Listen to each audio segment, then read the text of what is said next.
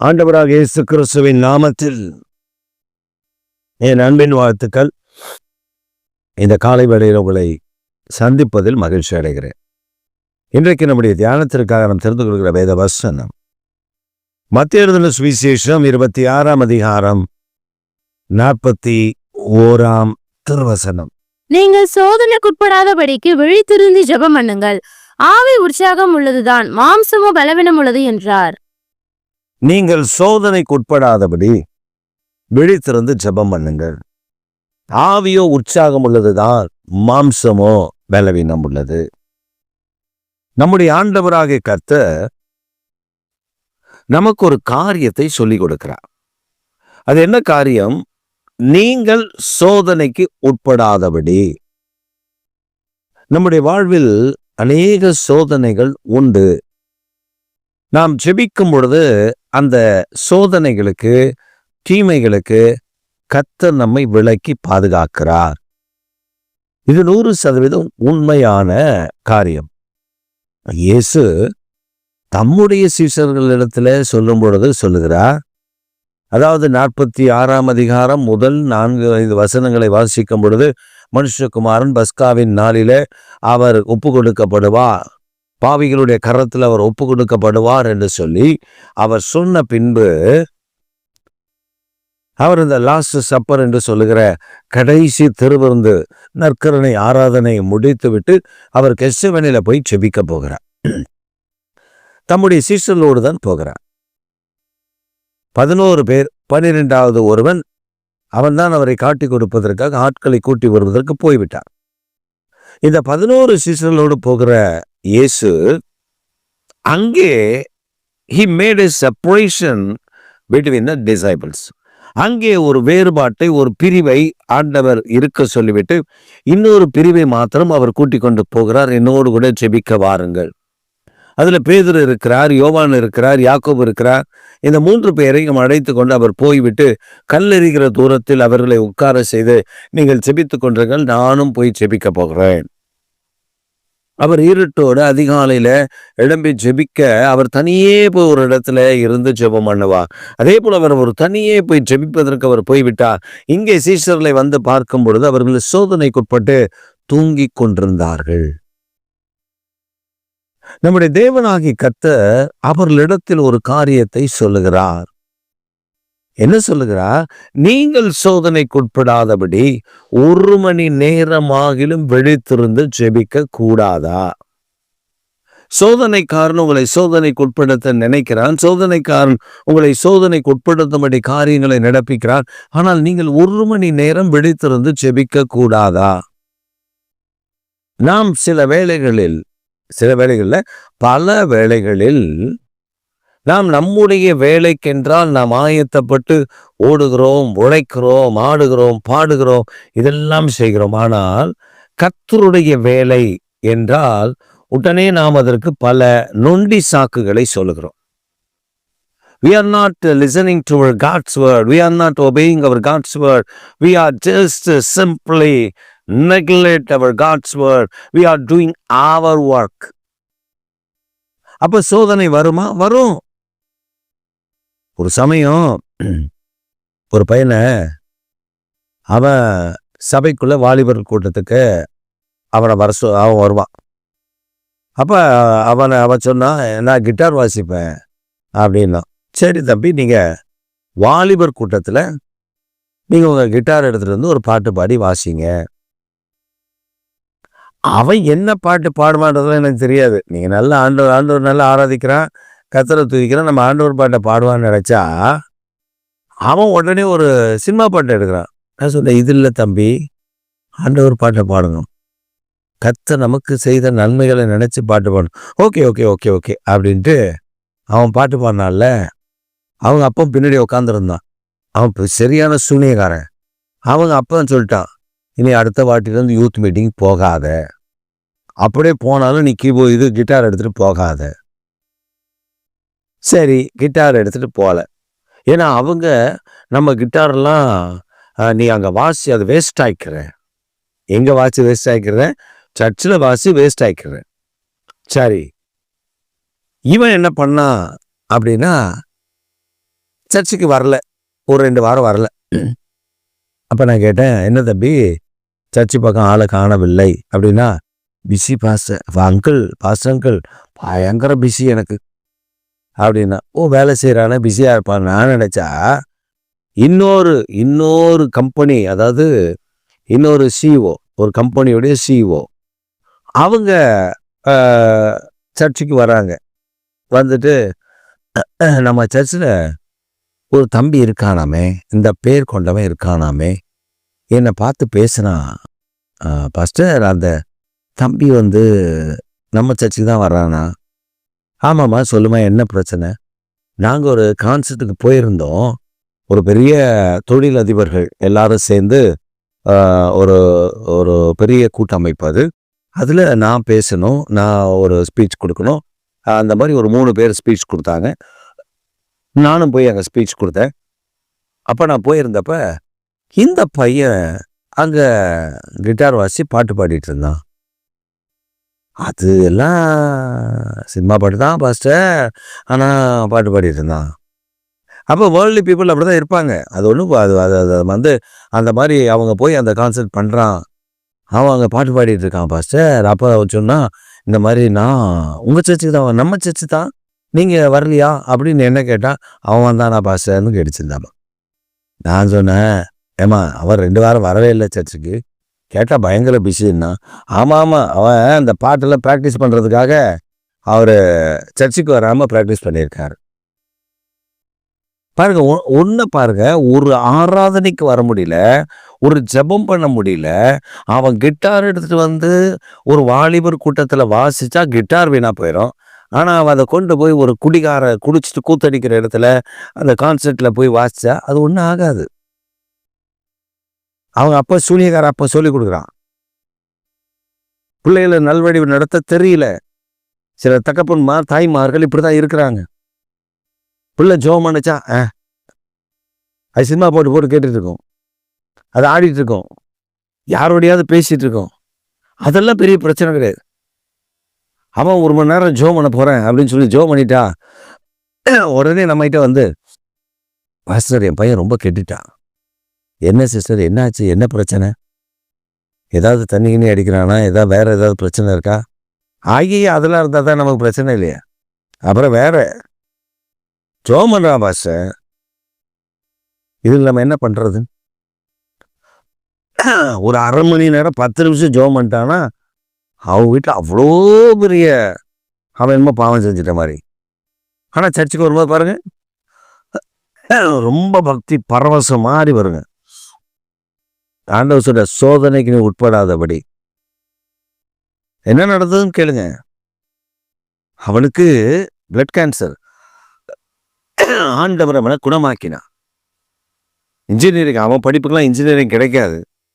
ஆனால் கவர்மெண்ட் கோட்டாவில் அவனுக்கு இன்ஜினியரிங் படிக்க உதவி செய்தான். அவன் குடும்பத்தில் நல்ல காரியங்களை ஆண்டவர் எல்லா பிள்ளைகளுக்கும் நல்ல படிப்பை தந்தார். அப்படி நல்ல முன்னேற்றத்தை அந்த குடும்பத்துக்கு தந்தார். ஆனால் அவங்க இப்படி போக போக அவன் லவ் பண்ணி ஒரு பொண்ணை கல்யாணம் பண்ணான். இப்போ அவன் குடும்பத்தோடு அவன் இல்லை. அப்போ பாருங்க, அந்த சமாதானம், சந்தோஷம், நிம்மதி எல்லாவற்றையும் இயேசு தான் தருவார். இயேசுக்கிட்ட வரலன்னா எல்லாம் போயிடும். உருவி எடுத்துருவாரு, எல்லாத்தையும் தூக்கி போட்டுருவாரு.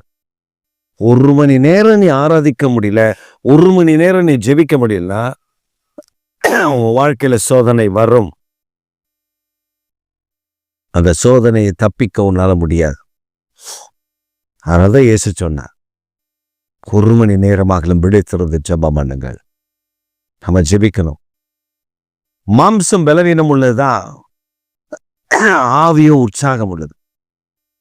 நம்ம மாம்ச பலவீனத்தை, ஐயோ எனக்கு டயர்டு, இப்போ நீங்கள் கவனிங்களேன், டயர்டுன்னு சொல்கிற ஒரு ஆள் அங்கே ஏதோ ஒரு இலவசமாக ஒரு குக்கர் கொடுக்குறாங்க, ஒரு ஏதோ ஒன்று தராங்க இலவசம்.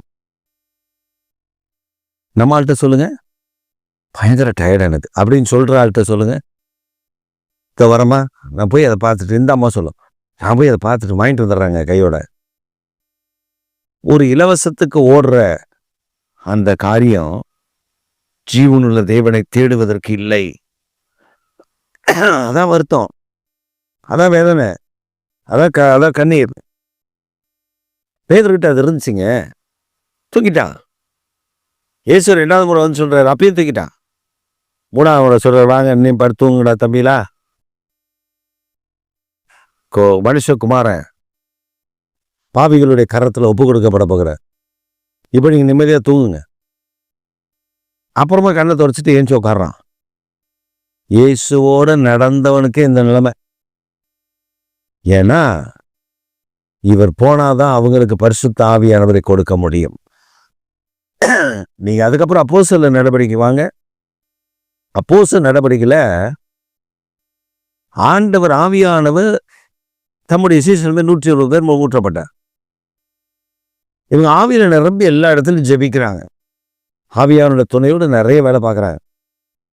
10ஆம் அதிகாரத்துல பார்த்தீங்கன்னா கொர்நேலியுக்கு ஒரு தரிசனம் கிடைக்குது. ஒரு தூதன் வந்து அந்த கொர்நேலியுக்கு பேதுருவை அழைத்து அனுப்பி அவர் சொல்லுகிற நல்வார்த்தைகளை கேள் அப்படின்னு சொல்றாரு. ரொம்ப சந்தோஷமா அவரை கூப்பிட்டு அனுப்புறாரு. அங்க என்ன நடக்குதுன்னா, அப்பதான் உபவாச ஜெபம் முடிஞ்சிருக்கு. ஜெபம்லாம் முடியுது. முடிச்சுட்டு அவங்க உட்கார்றாங்க. பேதுரு சொல்றாரு, எனக்கு பயங்கர பசிப்பா, ஏதாவது இருக்கா அப்படின்னு கேட்கிறாரு. உடனே அந்த சீமோன் என்று தோல் பதறுகிறவர்கள் சொல்றாரு, ஐயா கொஞ்சம் பொறுத்துக்கோங்க, சமையல் முடிஞ்சிடும். ஏன்னா இவ்வளவு நேரம் ஜெபம் நடந்திருக்குல்ல. இப்ப நம்ம என்ன பண்ணுவோம், சரி நீ சமைச்சிட்டு என்ன எழுப்பு, கொஞ்ச நேரம் நான் ஒரு தூக்கம் போடுறேன், டயர்டா இருக்கு அப்படின்னு சொல்லியிருப்போம்ல. பேதுரு அப்படி சொல்ல, சரி நான் கொஞ்ச நேரம் ஜெபம் பண்றேன். இப்பதானே ஜெபம் பண்ணி முடிச்சோம், அடுத்து என்ன ஜெபம் இல்லை. அவர் ஆவியானவர் அவரை நடத்தும் பொழுது ஜெபித்தா தரிசனத்தை பார்க்கிறார். கர்த்தர் கொர்நேலியை அனுப்புகிற ஆட்கள் அவருடைய வீட்டு வாசல் வந்து நிற்கிறார்கள். இந்த தரிசனம் பார்த்த பின்பு அவர் சொல்லுகிறார், அந்த வந்து நின்ன ஆளு யாருன்னா படை வீரர்கள். பேதுருவை தேடுறாங்க, கிடைச்சா அலேக்கா தூக்கிட்டு போறதுக்கு ரெடியா இருக்கான். வீட்டு வாசல்ல வந்து 3-4 பேர் நிக்கிறாங்க, படை வீரர்கள். பயந்து விட்டான் அந்த தோல் பதனிடுகிற சீமோன். பயப்படுறான், என்னடா இந்த மிலிட்டரி வந்து நிக்குது வாசல்ல.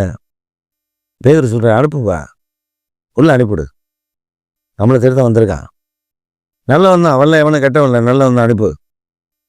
அப்போ அவர் சந்தேகப்படுதான் அனுப்புறாரு. மேலே வந்தோடனே அவர்கிட்ட உட்காந்து அவங்க கதையெல்லாம், இந்த மாதிரி இந்த எஜமான் 100க்கு அதிபதி கொர்நேலியோஸ் இப்படியெல்லாம் பார்த்துருக்காரு. அதெல்லாம் கேட்ட உடனே சரி நம்ம போகலாம், வேறு வந்திருக்கீங்க, சாப்பிடுங்க, சாப்பிட்டு கொஞ்சம் ரெஸ்ட் எடுங்க, காலையில் நம்ம கிளம்பி போயிடுவோம். அடுத்த நாள் காலையிலலாம் பிரயாணப்படுறாங்க, எல்லாம் ரெடி பண்ணி எல்லாம் கிளம்பி போகிறாங்க. கூட இவங்களுடைய ஆட்களும் கூட வராங்க. ஆவியானவர் அங்கே கிரியை செய்கிறார். நீங்கள் நல்லா கவனமாக பார்த்தீங்கன்னா வேற எங்கேயாவது நீங்கள் பார்த்துருக்க முடியாது. போய் பிரசங்கம் பண்ணுகிறார். இயேசு கிறிஸ்துவை திருஷ்டாந்தப்படுத்தி அவர் தான் ரட்சகர், அவர் தான் மீட்பர் பேசி கொண்டிருக்கிறார்.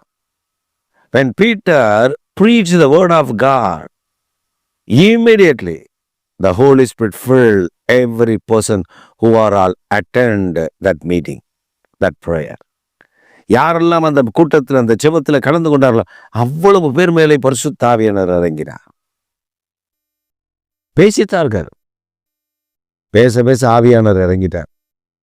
பெரிய மாற்றம் உண்டாச்சு. அப்புறம் பேதுரு சொல்றாரு, ஏப்பா இவ்வளோ பேர் இருக்காங்க, ஆவியானவர் இறங்கிட்டாரு, ஞானசானத்துக்கு தடுக்கலாமா? கொடுத்துருவோம் எல்லாருக்கும் ஞானசானம். அவ்வளோ பெரிய துறல் கொண்டோம். அதாவது புறஜாதி ஜனங்களுக்கு ஒரு பெரிய கூட்டத்துக்கு ஞானசானாங்க. அவர் ஜெபம், அவர் ஜெபிக்கல. அந்த நேரத்தில் அவர் பசிக்குது, நான் படுத்துங்கிறேன், அப்புறமா எழுப்பிவிடுன்னு சொல்லி தான் அந்த தரிசனம் கிடைத்திருக்கலாம். அதுக்கு விளக்கம் அவர் கிடைக்கிறதுக்குள்ள அந்த ஆட்கள் வந்து திரும்ப போயிருக்கலாம்.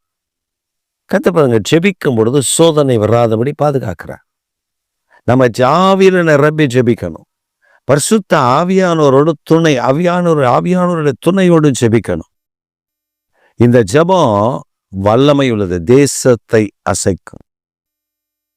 ஸ்காட்லாந்து தேசத்துல ஒரு மனிதன் இருந்தான், ஜான் நாக்ஸ் அப்படின்னு. அந்த ஜான் நாக்ஸ் முழங்கால் படிக்கிட்டா தேசம் அசையும். அந்த தேசத்துல மேரின்னு ஒரு ராணி இருந்தா. ஸ்காட்லாந்து தேசத்துல ஒரு ராணி குயின் இருந்தா. அவ பேர் மேரி. அவளுக்கு ஒரு ஒரு பட்ட பேர் இருக்கு. என்னன்னா ரத்த மேரி, பிளட் மேரி அப்படின்னு. ஏன் பிளட் மேரினா, டெய்லி அவ ஒரு 10 பேரை கொலை பண்ணி ரத்தம் சிந்தறதை பார்க்கலன்னா அவளுக்கு நிம்மதி வராது. ஆனா அந்த குயின் மேரி என்ன தெரியுமா சொன்னா, நான் எந்த படைக்கும் பயப்பட மாட்டேன்டா, எவனுக்கும் பயப்பட மாட்டேன், நான் துணிஞ்சு இறங்கி வெட்டி வெடுத்துவேன். அப்படிப்பட்ட ஆள் நான் ஒரே ஒரு ஆளுக்கு தான் பயப்படுவேன். அவன் யார் தெரியுமா? த ஜான் நாக்ஸ் என்கிற மனிதன். அவன் முழங்காலுக்கு மட்டும்தான் நான் பயப்படுவேன். அவன் முட்டி போட்டா என்னால் நிம்மதியாக இருக்க முடியாது. அந்த அபிஷேகம், அந்த வல்லமை அந்த ஜான் நாக்ஸ் மேல ஆவியில் நிரம்பி ஜெபிக்கிற அந்த ஜான் நாக்ஸுக்கு ஸ்காட்லாந்தை தாரும் என்று கேட்டதினால கர்த்தர் ஸ்காட்லாந்தை அந்த ஜான் நாக்ஸுக்கு பரிசளித்தார். அந்த ஒரு பெரிய எழுப்புதல் ஜான் நாக்ஸ் நிமித்தம் அவனுடைய காலத்தில் ஸ்காட்லாந்தில் உண்டானது.